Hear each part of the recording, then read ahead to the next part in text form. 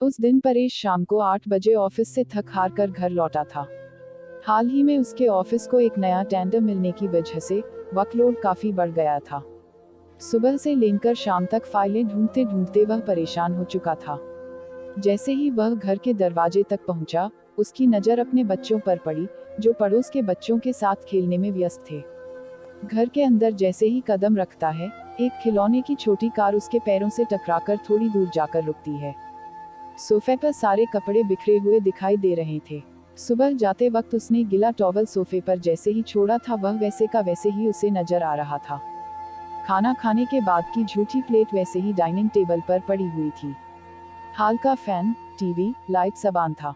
पूरा घर गंदगी से भरा पड़ा था। अखबार के पन्ने जमीन पर बिखरे हुए दिखाई दे रहे थे। यह सब नजारा देखकर परेश बहुत घबरा गया। उसके दिल में अजीबोगरीब ख्याल आने लगे, क्योंकि इसके पहले इस तरह का माहौल उसने कभी देखा नहीं था। उसे एक पल के लिए ऐसा लगा कि शायद कुछ गलत ना हुआ हो। वह दौड़कर बेडरूम की तरफ जाता है और देखता है कि उसकी पत्नी बेड पर लेटी हुई है। वह अपनी पत्नी रमा के पास बैठता है, उसके माथे पर हाथ रखते हुए पूछता है, क्या तुम्हारी तबीयत तो ठीक है? चलो मैं तुम्हें जल्दी से डॉक्टर के पास ले चलता हूँ। यह देख रमा हंसते हुए बोलती है, क्यों? क्या हुआ? मैं तो एकदम ठीक हूँ, बस आज मैं पूरा दिन बेड पर लेटे लेटे आराम कर रही थी।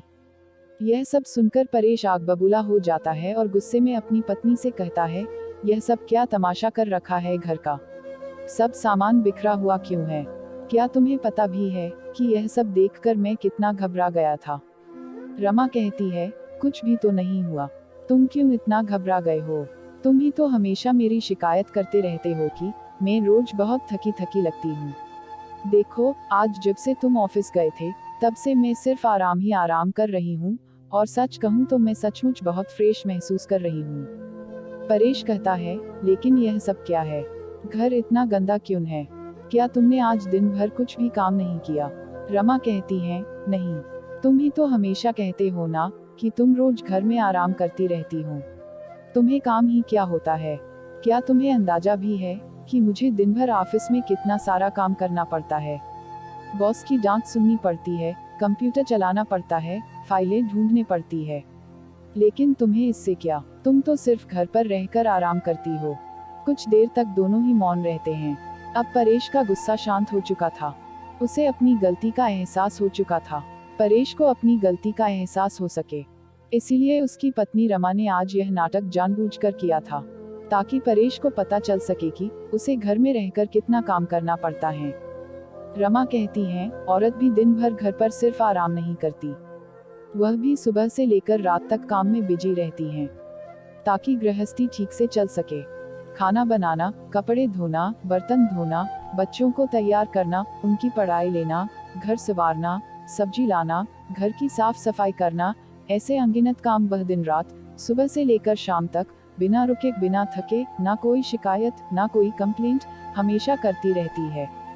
अपना मायका छोड़कर वह ससुराल आती है, सबको अपना लेती हैं। अब यही ससुराल उसका अपना घर बन जाता है।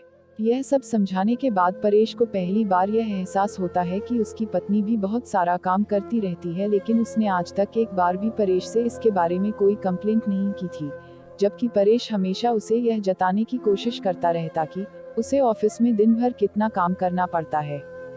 परेश अपनी पत्नी रमा का हाथ अपने हाथों में लेकर उससे कहता है, सॉरी रमा, प्लीज मुझे माफ कर दो, मैं बहुत गलत था, तुम सही थी।